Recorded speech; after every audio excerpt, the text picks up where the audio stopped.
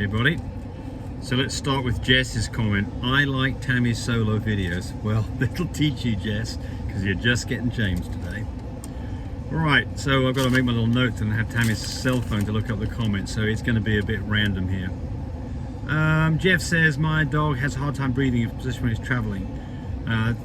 Vet suggesting that we do pallets and nares. Well, that could well be the case. So typically, dogs that have very closed up nares, they can be opened really easily with just nothing more than laser surgery that's very, very brief and quick. The soft palate resection is a lot more involved, and that does require intubation to do that. And if you're going to do that, I do the nares at the same time. Typically the symptoms of this is a dog that's really struggling when it's hot outside. It's huffing and it's puffing, and can get to the point where its tongue turns blue. And that's definitely a dog that definitely needs to have some treatment done or kept inside, especially on warm days. Someone says here, 3 weeks after breeding and my girl's not eating or drinking. So that, you know, this could be morning sickness and it could be fine, or it can be something like a pyometria. Specifically, a pyometria is a uterine infection, and if you have what's called a closed pyometria, which means there's no discharge, this really can be dangerous. So in all these situations, take the dog's temperature. 102 or higher, time for a vet's visit to find out what the heck's going on. Less than 102, probably okay, just keep an eye on the dog. Someone's asking about, how do I tell if my dog's having a silent heat? Well, it's called a silent heat for a reason. So the problem here is that it can be difficult to tell what the heck's going on with silent heats. So some things that you can do is, number one, if you've had a previous heat, count forward 6 months and start watching when you're in that kind of range. The next thing could be behavior towards other dogs, humping on stuff, dogs humping on her. Those can be signs that a dog's having a heat. And if you've not got any discharge, that would be a silent heat. And then sometimes taking a Q-tip and sticking up inside a vulva as far as you can get it and wiggling around for a few seconds and looking at it, and do that once a week and give you an idea on a dog that's, see a change in color from getting nothing on the Q-tip to having a red or a brown color, can give you an idea that maybe a dog's having a silent heat.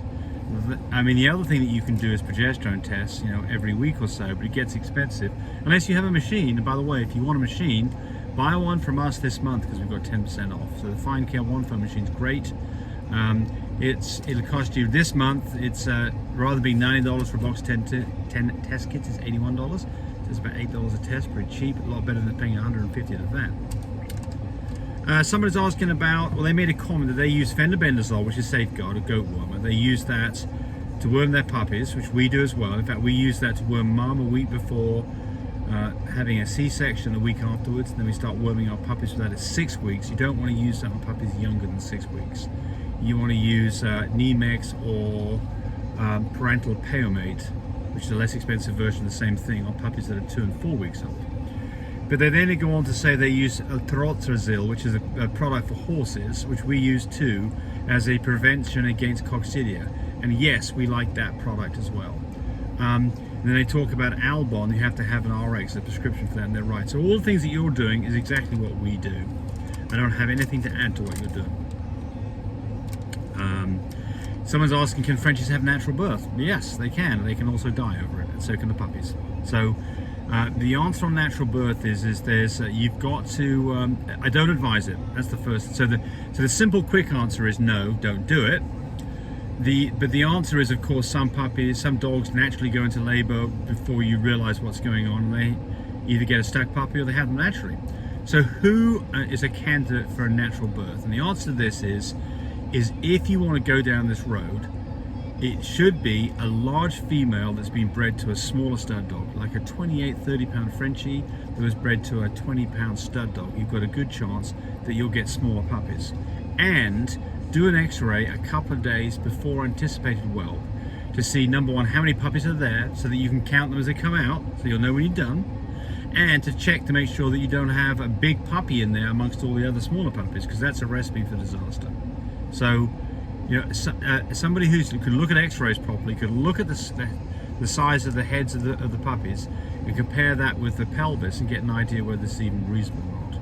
And if you are going to do this and have lots of Vaseline and all the supplies on hand to get this done, and by the way, we sell a puppy care kit from My Breeder Supply that includes things like Vaseline and forceps and nasal clean out suction syringes and antiseptic swipes and just scales and everything that you need to do this. This is a good question. Somebody says, if your whelp system works so well, why are you using a helper? And that's a person who's thinking about stuff. And I like people who, when they fed information from me or anybody else, plays the what if game, because I do this all the time. It's like, does this all sum up right? So then the answer is, if his whelping system is so darn good, why is he using a helper? And so the answer is that I use a helper who's my daughter, and she wants to make money and she wants to learn about this. So and then the other part about this is that Tammy and I like to go off and do things, and it's difficult to do that when you've got puppies in the house. So we do whelp some litters ourselves, but we like it when other people do it for us, which is our daughter. And we've got some co-owned dogs with Lee, who actually helps us with, he's actually our kennel master, and he's got a couple of our dogs, and so he whelps those entirely himself. And he uses our system, and so does Chanel when she whelps our dogs. But that was a good question. But the answer is the system does work beautifully well, and we do use it on all of our dogs. The reason that we don't always do it ourselves is because we want to not be tied to the house all the time at the age we are, and we want to go out and go RVing and do stuff like that. So that's another question that comes up here that says, how do you stop mum from stepping on dogs? And the answer is that you use our whelping system. So what's going on here? Well, those of you who have been through this know that the absolute disasters as far as puppies are concerned is, number one, mum stepping on dogs, and number two, puppies getting cold. So you've got a problem here, because if you make it nice and warm in this crate with maybe a heat lamp or a heating pad underneath, that's great for the puppies. It's not good for mum. Mum's getting hot, she doesn't like it, she's stepping up, she's stepping down, and then there's a good chance she might step on a puppy and do it serious harm and kill it. So then the next thought is, okay, well, we'll just take the puppies away and we'll put them in an incubator, and we'll just take the puppies out of the incubator and give them to mum every 3 hours to feed. And there are a lot of people who do that because they're very worried about puppies getting squished. So I just had a conversation with a person today about exactly this situation. It's exactly what they've been doing, but they're running into a problem where milk is running out of some of the puppies' noses, and so he wants to know what he should do. So the answer to this is you can fix that problem and the heat problem and the puppy squishing problem by using our whelping system. So the whole philosophy behind this is that we want mum to be with her babies 24/7. That's her job, that's what she wants to do, and if you don't do that, you potentially stress out mum. If you do keep puppies away in an incubator and only put them in every 3 hours to feed, then one of the problems is mum's milk supply starts building up. She's got a lot of pressure on her teats. The puppies haven't been fed for the last 3 hours, so they're getting ravishingly hungry, and they go to town on mum like there's no tomorrow, thinking they may not get fed again, and they overindulge themselves, and then milk comes out of their noses. So that's not a good solution. So here is the right solution, and it's our whelping system. And the way it works is there is no heat underneath mum at all. That sounds contrary to what you want to do. But the heat is a heat tape that is controlled by a thermostat, and it goes on the bottom of the tray or whatever you build for a heat for your whelping box. And it could be a paddling pool, it could be a crate. That's what we use from Walmart or Amazon, a 42 by 28 crate or a 48 by 30 crate, has a plastic tray in it. The heat tape goes on the bottom of that tray just around the outside edge.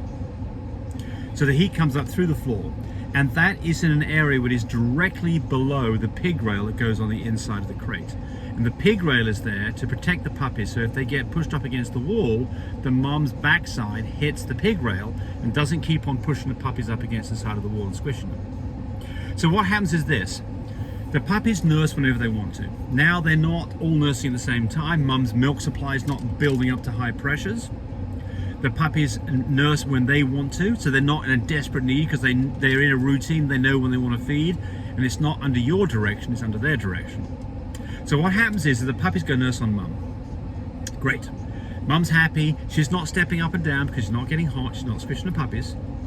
When the puppies have finished nursing, they're on this relatively cool floor that mum loves. They don't like it. So what do? They start moving around. And in their moving around, they bump into the area that's heated under the pig rail and they immediately fall asleep.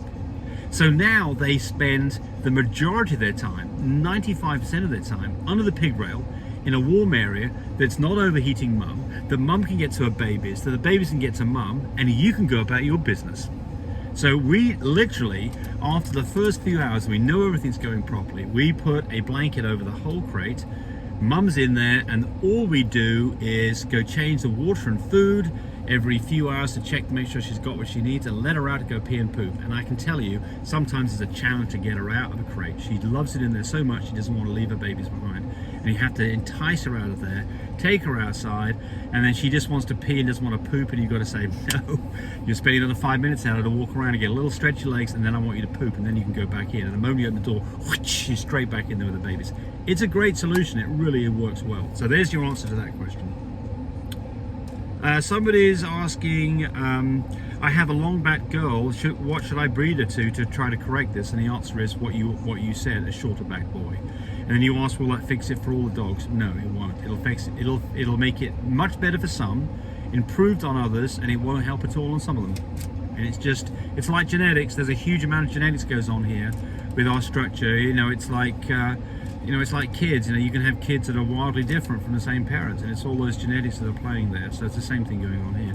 But all you can do is get a nicely structured. If you've got a dog that has something that you don't like in its structure, pick a dog that complements that to fix it in the dog that you use, and generally use a nice structured dogs as best as you possibly can, because it will improve the chance of getting nice puppies.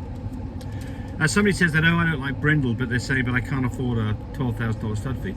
Well, look, and they say they're talking about $2,000 stud fee. We've got $2,000 stud fees for dogs that don't have brindle. So, you don't have to accept brindle to go get a $2,000 stud fee. Talking about our dogs, Winston, for instance, who's a very, very popular dog. He's a blue and tan.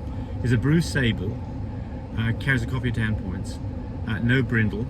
And his stud fee is $2,000. And you pay half of that stud fee when you roll, and the other half it's piled on the back end when you register litter. So we've got a number of dogs that are in that $2,000 to $3,000 range, quite a few dogs, that none of them have brindle. So you don't have to accept brindle. And again, I'm not knocking brindle. It's a monetary thing. That's all. It doesn't let tan points show up, and it does affect the value of dogs. One thing about brindle dogs, you see a lot of them in the show ring, and they've got great structure. And because people are breeding brindles, typically breeding more for structure than for color, they tend to have better structure probably. So there's definitely an argument about brindles. The problem is you can find both a well-structured dog that doesn't have brindle, and that's our game, and that's what we recommend. But it's not everybody's cup of tea. Somebody asked, do we live in Lubbock? No, that's Texas. We live in Elk City, Oklahoma. Can I give my first shots myself? You absolutely can give your first shots yourself. In fact, I recommend that you do it. And the reason I like you to do your own shots is because you don't have to take your puppies that are totally not vaccinated into a dangerous environment, the vet's office, where sick dogs were in there just a moment before you walked in. So it's not difficult to do. The one shot that you can give but you will not get the paperwork for is a rabies shot. You can give your own rabies shot. You can buy all this stuff on places like Animal Revival. They've got all this stuff. You can buy it from your local vet. Our local vets will sell us all of our shots. The only shot that we get from our vet is a rabies shot, and we do that because we want a rabies tag. And you don't get that if you self-administer the shot. Someone's asked whether or not the puppy care kit with the thermometer and the scale comes with replacement batteries, because they're hard to find. The scales do come with replacement batteries. I don't think that the thermometer does, but all of these batteries are available on Amazon, and there's a number on each battery. And batteries are just crazy cheap, especially if you buy like 12 at a time. You can buy on Amazon 12 batteries for a thermometer that have a shelf life of maybe 10 years, and they're like $5. It's like 50 cents a battery. So if you use Amazon, there's a solution for you on that. And the last question here on powdered goat's milk. So they're asking about goat's milk, and they want to know whether they can only use powdered goat's milk. No, you can use. Here's what you don't want to use. You don't want to use a dairy product like cow's milk, because it'll upset their stomachs and give them diarrhea. So the right thing to do is to use either goat's milk, whole goat's milk, or condensed goat's milk. So the condensed goat's milk comes in cans. You mix it 50% with water. That's the one I least like. They're also the most expensive. The whole goat's milk is great. Absolutely, you know, I think unadulterated, you can't really do any better than that. The only thing I don't like about that is it doesn't have a very good shelf life.